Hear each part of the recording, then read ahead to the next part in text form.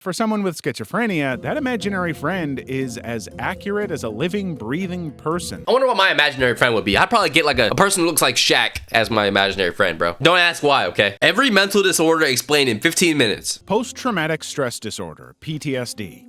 It's been 6 months since you came out of a coma after surviving the car accident that took the life of your wife and 2 kids. Yeah, go ahead and shoot me, bro. If my wife and 2 kids get destroyed in a car crash, I don't want to wake up from that coma ever, personally. The life of your wife and 2 kids. And after what feels like an eternity of hospital beds and rehab workouts that would make even the Hulk break a sweat, you're finally free to go home. But the mere thought of hopping into a car sends shivers down your spine. It's like your brain is staging a horror movie marathon complete with screeching tires and broken glass. I get it, because you're gonna relive those memories of that fatal car crash, bro. Besides the freaking car crash, I feel like PTSD is most heavily referenced when we're talking about like military, right? Or in war, like the Vietnam War, you get flashback, you gotta freaking crouch and get down, and PTSD, no joke, bro. Forget entering the car, even hearing the sounds of cars driving along the road feels like someone is holding a grenade over your head. And that is what we call PTSD, post-traumatic stress disorder. With the way America is, you live in America, bro, you're gonna hear a car at any second of the day, too. This is very debilitating, man. It's like your brain's way of saying, hey, remember that thing that happened? Let's relive it over and over again, just for kicks. PTSD doesn't just happen out of the blue. The disorder only starts after you have experienced a major traumatic event and starts anytime you see, hear, or even smell anything related to that event. I wonder how it works. Like, how traumatic does the event have to be? If I get punched in the face and I get bullied, could that cause PTSD? I'm guessing it could. And then anytime I see like a big fat kid, I just start panicking even as a grown man. You break into a sweat, fear, rapid smell, anything related to that event. You would immediately break into a sweat, fear, rapid breathing, and even faint sometimes. That sucks. 1 minute you're minding your own business, and the next you're having flashbacks and nightmares that make you feel like you're starring in your very own horror flick. Bipolar disorder. If you've ever gone to an amusement park, this is what freaking Kanye West has, for sure, bro. I do know a couple people with this disorder. 1 minute they'll be chilling, and they get mad so fast, bro. Bipolar disorder.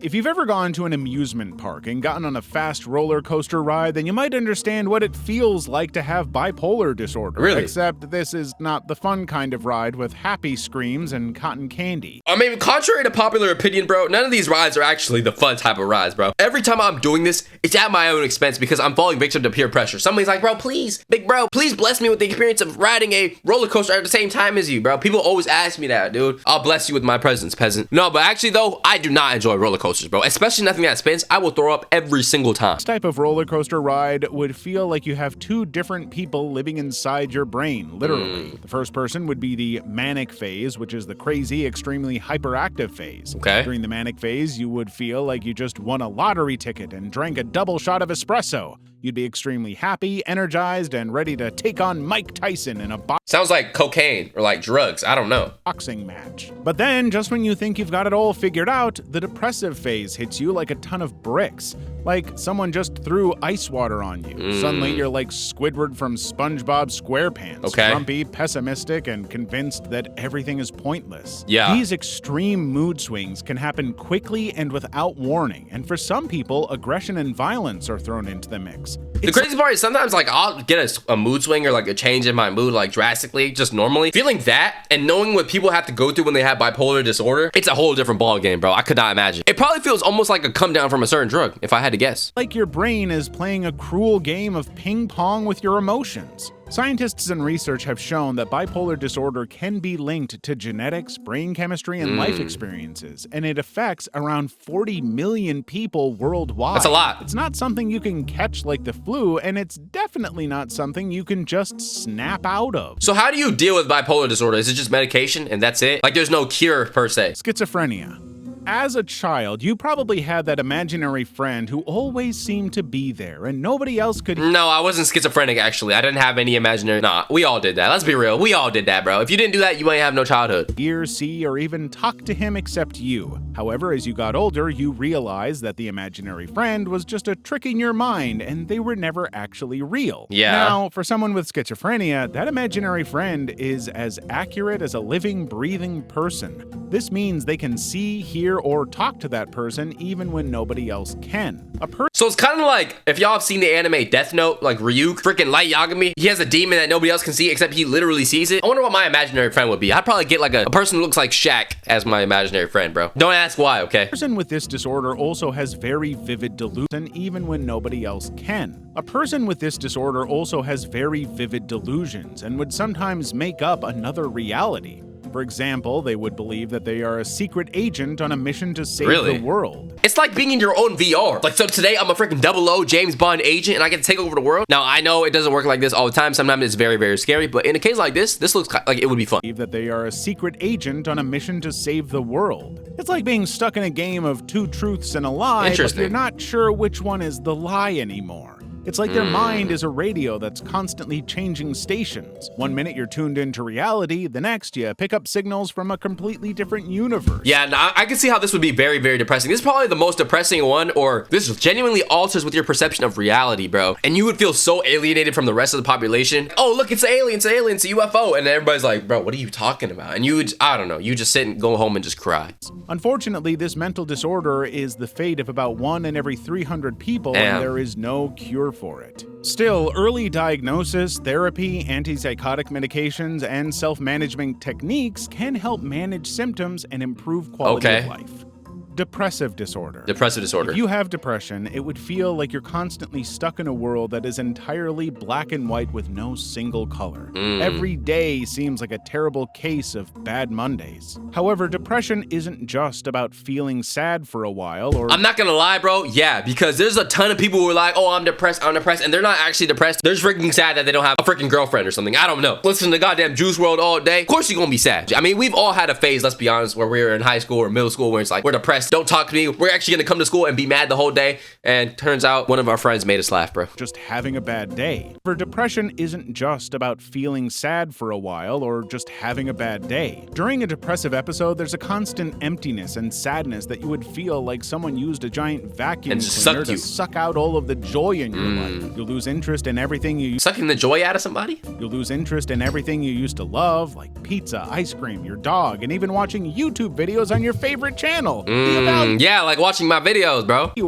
Losing interest in everything would also mean that you'll just spend your days sleeping or not sleeping at all, eating everything you can find or not eating at all for days, and your energy level would be the same as a sloth's on a lazy Sunday. Okay, maybe we are all depressed. I'm not gonna lie, the thing with depression symptoms, I feel like some of these symptoms apply to like just everyday life in a way. Like, you know when you're depressed and you know when you're not. Like, some of those things, just feeling tired and eating everything and freaking not watching videos and having things not hit the same. I think we've all been through that, but I wouldn't say we've all been depressed, right? Disorder affects roughly 280 million people worldwide, and most people who have depression may not even realize it. But if you're constantly feeling sad and tired, you may want to see a therapist who can help you work through your feelings and learn different coping strategies. Therapy is the #1 thing. Sometimes there's like a stigma around therapy, and what I would say, there's not a single reason in the world to look down on therapy. That is literally gonna help your life no matter where you are. Depressed, right? Therapy boosts you to a whole nother level. Even if you're not depressed and you're fine, therapy helps you freaking unlock your goddamn third eye, bro. Therapy's amazing. Go to therapy.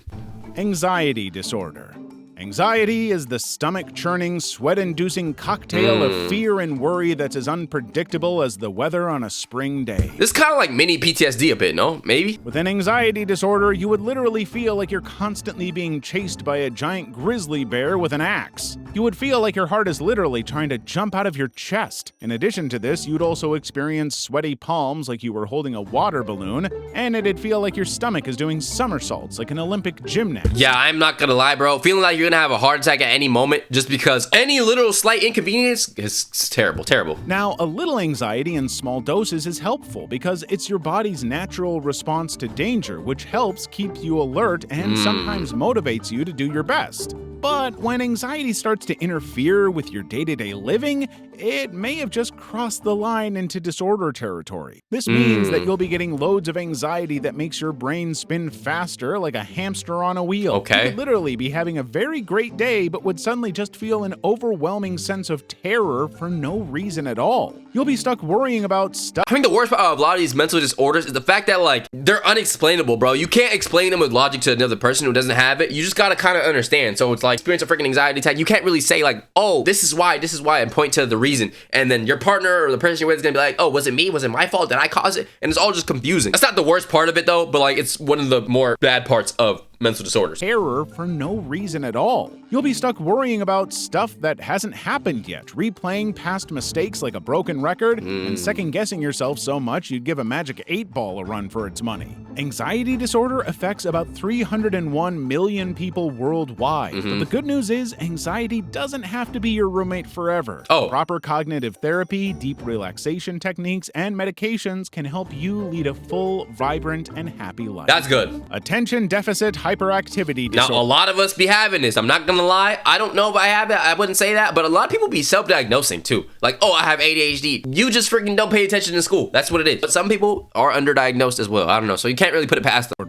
ADHD. Imagine you are at a circus where something new and exciting is happening everywhere you look. Acrobats are flipping through the air, clowns are juggling colorful balls, and tigers are jumping through flaming hoops. I like Your colorful eyes balls. are darting from one thing to the next, trying to take it all in, but focusing on just one thing is almost impossible. That's kind of what it's like to have ADHD. Really? A wild three-ring circus happening in your brain 24/7. Your brain is like a hyperactive ringmaster, constantly whipping you from one whirlwind thought to the next without allowing you to catch your breath. If you have ADHD, you will often struggle with things like paying attention, staying organized, and controlling your impulses. It's like your mental switch is always on, and switching it off is impossible no matter how hard you try. Your brains would be constantly bombarded with exciting possibilities you want to explore all at once. I'm not gonna lie, I don't know if these are just universal symptoms to the average person, because I feel like I have all of these to an extent, but I wouldn't be like, oh yeah, I have ADHD for sure. I don't know.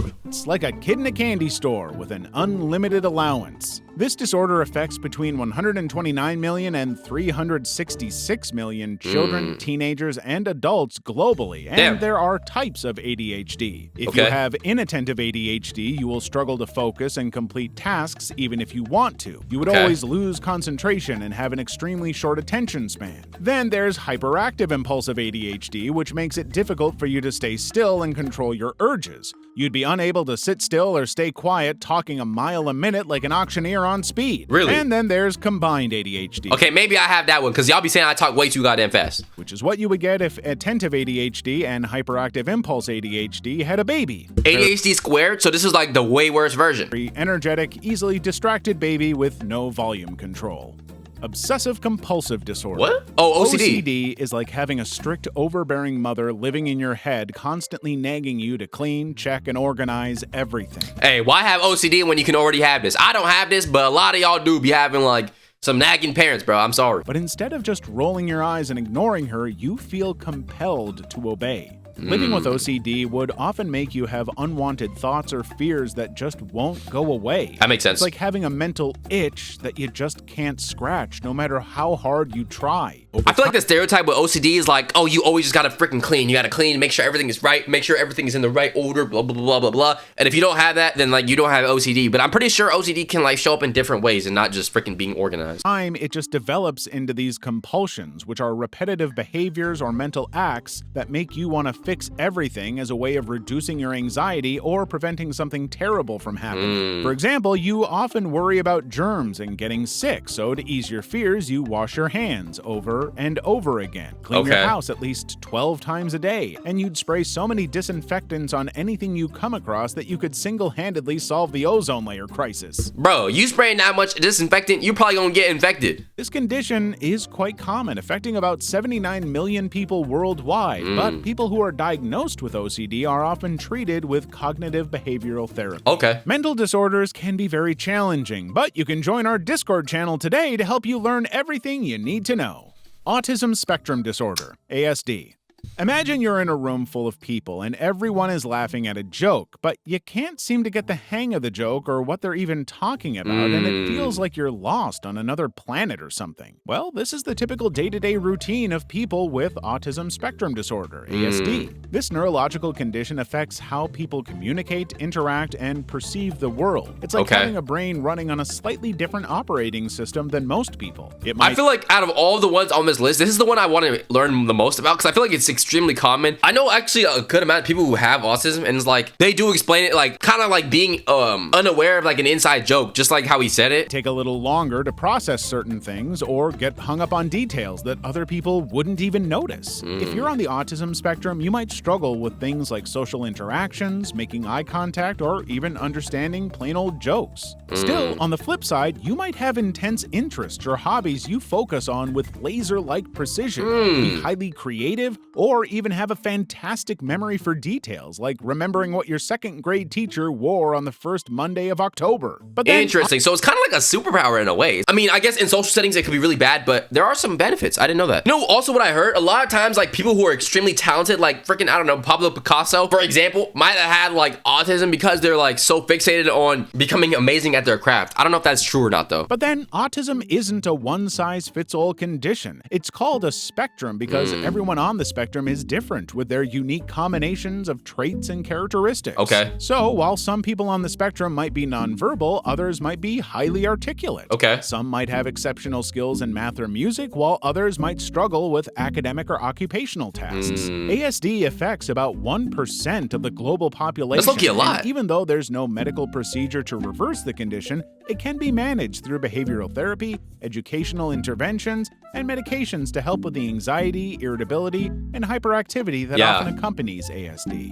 Sleep disorder. Okay. According to the Finally, one that I probably bro, my sleep is so cooked, bro. I be sleeping at like freaking 6 a.m., bro. It's bad. It's bad. World Sleep Society, about 45% of people globally I feel better suffer from a type of sleep disorder. One of these disorders is insomnia, which is a condition where you just can't drift off to dreamland no matter how exhausted you are or how hard you try. It's like your brain is having a house party and forgot to invite your body. Aside from insomnia, where you spend more time counting sheep than actual sleeping, some people have to deal with narcolepsy. What? With this delightful disorder, you can't stop falling asleep even if it's in the middle of the day and you slept like a log all night. Oh, that would be the worst, bro. Falling asleep at any point in the day, I low-key rather not sleep. Actually, no. I don't know. My problem with my sleep isn't even a freaking disorder. It's just the fact that I'm an idiot, bro. Like, sometimes I'll be tired and then I'll just go on my freaking phone at, like, the time I need to sleep. I'll start playing the most loudest, obnoxious music for no reason. It's stupid. You could nod off anywhere, driving, cooking, or even during a job interview.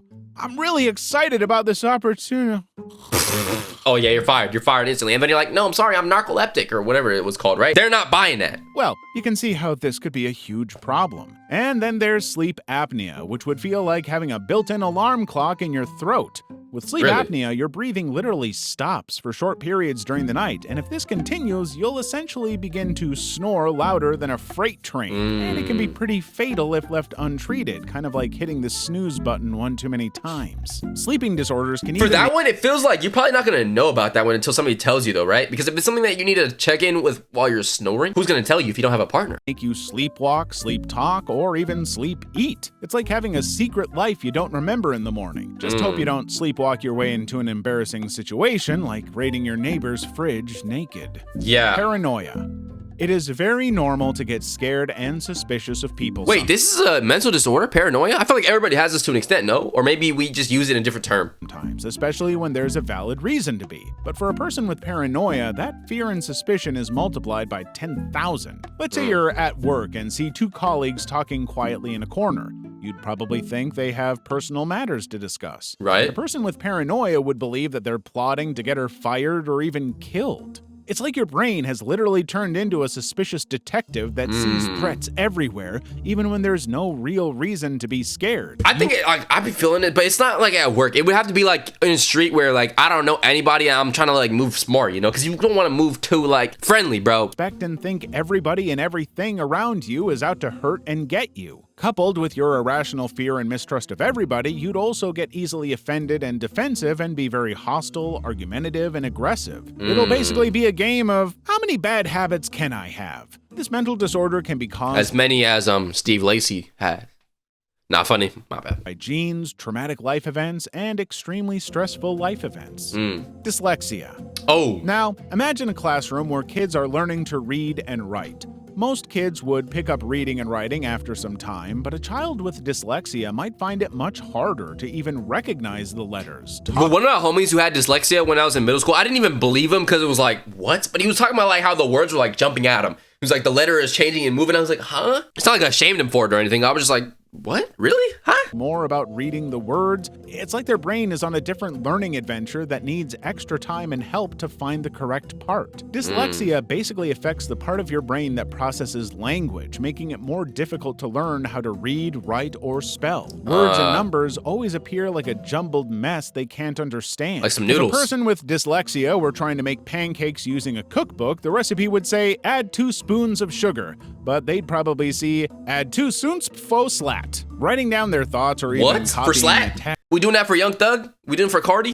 may be very slow, challenging, and full of spelling errors. However, dyslexia is not about intelligence because people with dyslexia are just as smart as everyone, but they are just taught differently. People with dyslexia use tools like phonetics programs to help break up words into sounds, audiobooks, and speech-to-text software. Very, very interesting video. That was every mental disorder explained in 15 minutes. In conclusion, if you have this, hopefully you're able to navigate the world in the best way possible while dealing with these extremely tough mental disorders. You might feel like, oh, your day is ruined, you know, you may be really frustrated, but keep working through it. You got this. I believe in you, all that. And also, if you know somebody who has a mental disorder, be there for them, okay? Be a good friend. Understand what they're going through. Be the best help that you can be to them. The worst thing you can do is freaking shame people or make fun of people who have stuff like this and make it freaking worse. Be the ally of the group, okay? Be the ally to that person. Don't make it worse when their life is already obviously going to be harder because of the freaking mental disorder. But that's going to do it for today's video. Make sure you comment down below what you're trying to see next. Join our Discord link in the description. Link me any videos you want me to check out. As always, make sure you subscribe to the channel. With that being said, it's love you all. I love you, and I'm out. Brief intermission. Please make sure you subscribe to the channel. We're on the road to 40,000 subscribers. Thank you very much.